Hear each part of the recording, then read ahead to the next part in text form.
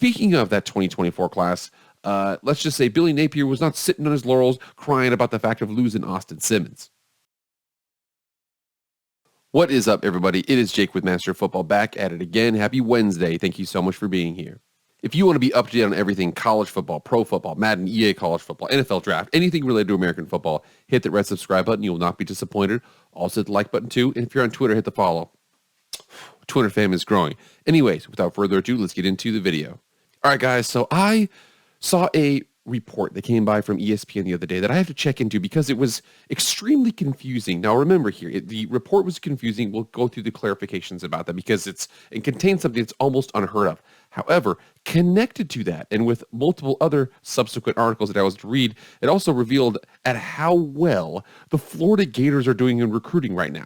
So first of all, and again, this article came out on the 17th, Ole Miss flips reclassifying Gators QB Austin Simmons. So again, it starts off with some bad news for Florida. Trust me, by the end of this, and by the end of this video, it's going to completely flip. Check into this article real quick from Tom Van Haren. Hopefully I'm saying that right. Ole Miss continued to shock its quarterback room this offseason when quarterback Austin Simmons announced he was flipping his commitment from Florida to the Ole Miss Rebels. Simmons was the number 77 ranked prospect. Listen, this is absolutely banana sandwich. He was the number 77 ranked prospect in the 2025 class, but said Saturday that he's reclassifying to the 2023 class to enroll at Ole Miss this summer. Huh? A 6'2", 190-pound recruit out of Moorhaven, Florida. Simmons had been recommitted to the Gators since April, but flipped and is now joining a newly rebuilt quarterback room with the Ole Miss Rebels. Lane Kiffin added Oklahoma State quarterback Spencer Sanders, LSU transfer Walker Howard to compete with Jackson Dart, that last season's starter Jackson Dart.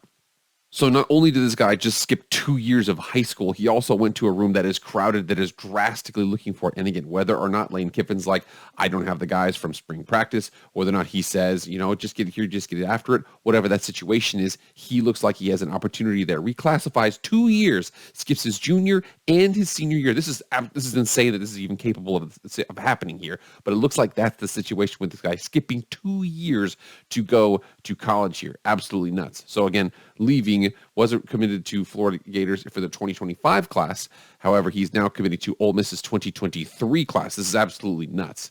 It said here that the Ole Miss staff did not sign a high school quarterback in the 2023 class, and while it's unusual to see a prospect reclassify back 2 classes, Simmons will be able to enroll this summer and will be able to compete with other quarterbacks this fall. That's absolutely crazy. His decommitment from Florida obviously will impact the 2025 class, aka not this one that's going to be affected after this next season, but the next season.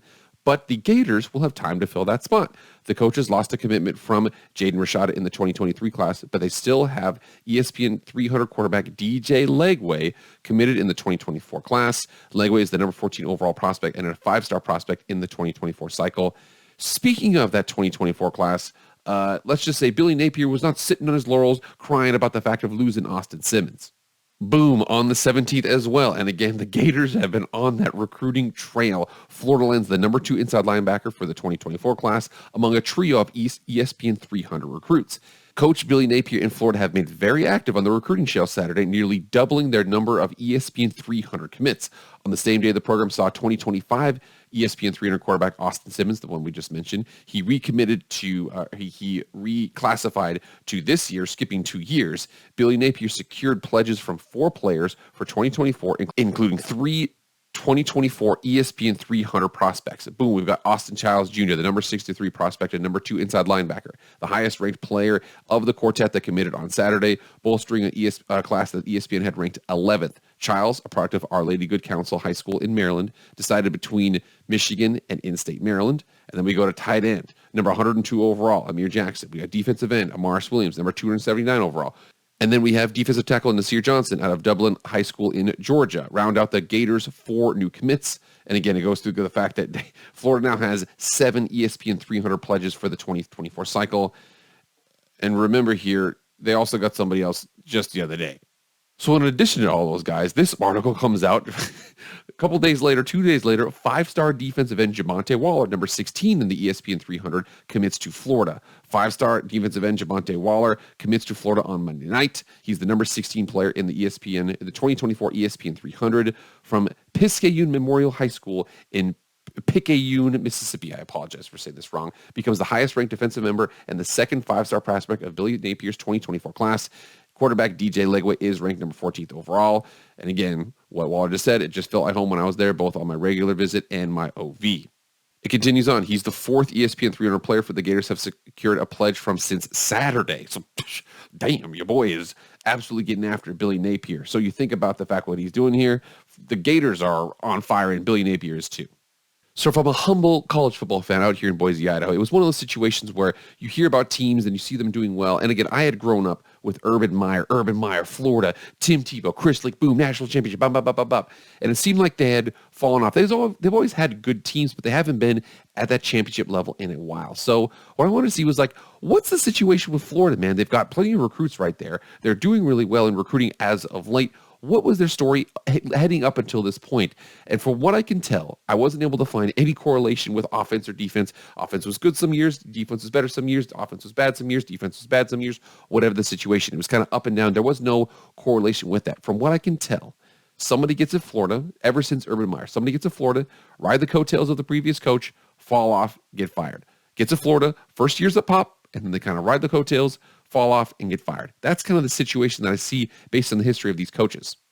So checking out the history of Florida over its 110-year history, we see a couple of things here. So remember, last year, Billy Napier went 6-7. I come down here to Urban Meyer. Urban Meyer in 2010 goes 8-5, and then he's gone. Will Muschamp comes in 7-6 first year, 11-2, and then 4-8, and then 6-5, and he's out. Doesn't finish the season. DJ Durkin does. Okay, Jim McElwain gets in there, 10-4. Wow, and then 9-4, and then 3-4, and then Brandon Shannon takes over. He goes 1-3. Okay, well he's out. Well, Dan Mullen's in there. When Dan Mullen goes 10-3, and then 11-2, and then 8-4, and then 5-6, and then 1-0, and then he's out. And now Billy Napier steps in. So from what it looks like, and again, I saw a very similar situation with Auburn. Whether or not Auburn has the national championship pedigree that Florida has, that's a debate that Florida and Auburn fans can get into in my comments. I don't mind. But it seems to be that whenever a coach falls off, all of the resources are there. I actually heard the situation for Will Muschamp. The very first day that he walked into the door for Florida, and they basically, what they had was they had the 3 national championship trophies up in front, and he looked to the guy that he was talking to, he was like, is this the expectation? And the guy's like, that's the expectation. He's like, that's where it is in Florida. If you fall off, you're not going to make it. Billy Napier, 6-7 so far, did a good job at UL Lafayette, but he hasn't had the success on the field that he was been looking for. However, it looks like he's doing really well off the field. So this is the 2024 recruiting team rankings. And again, we see the top teams there. We see Georgia. We see Michigan. We see Florida's above Ohio State, above Notre Dame, above LSU, above Penn State, above Oregon. Stanford's actually doing really well. Above USC, above Tennessee. Florida is doing it well. Now, I know the Florida fans don't get in your feels about that. Their last couple of years have not been as successful as you wanted them to be. That is absolutely shocking. But remember, we just went through that list, and checking it out, they are absolutely on fire at this point. Remember that number 3 class in the country, and again, this won't be a team that will play this fall, the team that will play next fall. But remember these guys, man, look at this. DJ Legway, Xavier Filsame, he's the number 32 safety in the country. Then we got Adarius Hayes, number 51 linebacker in the country. We got Miles Graham, number 53. Jamonte Waller, the 5-star according to ESPN, number 71. Aaron Childs, number 80. Amir Jackson, number 108. Amaris Williams, 186. We got Nasir Johnson, 249. That is so many dudes out there. 4-star, 4-star, 4-star, 4-star, 4-star, 5-star. Whatever the situation is, they're absolutely killing it. I want to make sure we highlight this because it looks like we see a lot of defensive guys there, a couple tight ends, but for the most part, defensive guys.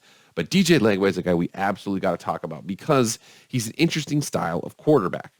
So I'm going to include this link here in the description. I'm not going to play it for copyright reasons because I actually want to be able to monetize my video. I'm going to include it here in the description. So if you want to see some highlights of DJ Legway, this is the best highlights I could find. He's a really interesting quarterback, whereas Anthony Richardson was dynamic athlete, had an unbelievable arm in terms of arm strength and really, really fast and really mobile with his legs. I mean, 6'4", 240, could run out the building, could throw the ball at the building. I think that DJ Legway, he's a little bit of a long strider, has some elusiveness to him, don't get me wrong, but he throws darts. That's the only thing I can describe about him. He's got a really good release, like what he does, very, very accurate. The ball is very close to his eyes when he throws it. So again, that's the reason why he's so accurate with the way he throws the ball. He's a guy that makes you pay from the pocket. 5-star quarterback, looks really, really good. Now, one thing to remember here, and I wanted to make sure I included this, is the Athlon Sports talking about the DraftKings SEC over-under win totals for 2023 season. We were talking about 2024. We saw the fact that Billy Napier in 2022 went 6-7. We saw in 2024, they look like, dude, they've got the class coming in. They've got a bunch of dogs coming in. So again, 2022, really, an okay very first season. 2024, it looks amazing. But remember here, we still have to go through 2023. And right now, it looks like the over-under for Florida is 5.5. And I was like, that's a little disrespectful. That's a little low. That's a little low. Well, when you check it out, it actually is not that low because they got a daunting schedule right now. So you come over here to check out their schedule, and it's tough. So I checked out, first of all, at Utah, at South Carolina, at LSU. Those are going to be some tough games. Home games against Tennessee, Georgia. No, that's going to be a neutral site game. And then Florida State. Those are all going to be tough games. I really have a hard time seeing more than 2 wins out of that. I could see maybe 2-4, maybe 1-5, something like that. That's a tough 6 games. That's not to mention at Kentucky, potentially with at Missouri, Arkansas at home, whatever the situation is with those games. Now, I think obviously they'll probably handle McNeese State. I bet they'll handle Charlotte. But again, that is a tough schedule. The Utah game, I checked it out right now, and the opening line, I believe, was -8. I saw it get as high as -9.5. And again, that's plus 9.5 for Florida. So they're almost 10-point dogs in that game. It's going to be a tough one out there for them. But again, the schedule is really, really tough. 2023 looks like it's going to be tough. Over-under, according to DraftKings, was 5.5. 2022 was the first year. You kind of got to give them an accessory on the first year. 2024 looks like it's headed for greatness. Here's the big question here.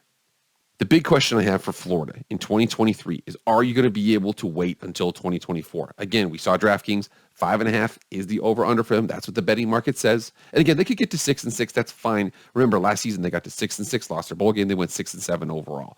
Are you going to be willing, Florida fans, to go through another 6-6, 6-7, 7-6, maybe even 7-5, maybe even 8-5, maybe 8-6, some schedule like that? Are you willing to do that for one more year before we see the class of terror squad guys coming in 2024 coming in? DJ Legway, the 5-star. You got a couple other 5-stars coming in, 4 stars, tons of top 300 players coming in. Are you going to be willing to wait through that? It looks like through your history says you aren't. Hopefully you do, because Billy Napier, despite the fact 6-7 in his first year and going to have a tough one this year, looks like 2024 and beyond, he's going to be just fine. All right, guys, get in the comments right now. Let me know what you guys think. Remember, I could not find any correlations with offense was up, defense was down, offense. It wasn't like there was one thing that you guys were missing. It just looks like the coach didn't put it all together. Ultimately, they were let go. You guys get in the comments right now. Let me know what you think of Billy Napier. Let me know, is at least that short? If he doesn't get to a big bowl game and win it, or get to a bigger bowl game, does he not get to 8 wins, 9 wins, something like that? He's gone. You guys tell me. Because like I said, 2024, dude, Florida looks like they're going to be just fine. But remember here, expectations are where they are for a reason.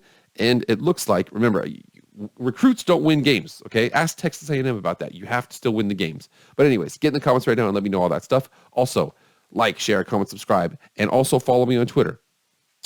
Link for my Twitter is in the description. I'll see you guys later. I am out.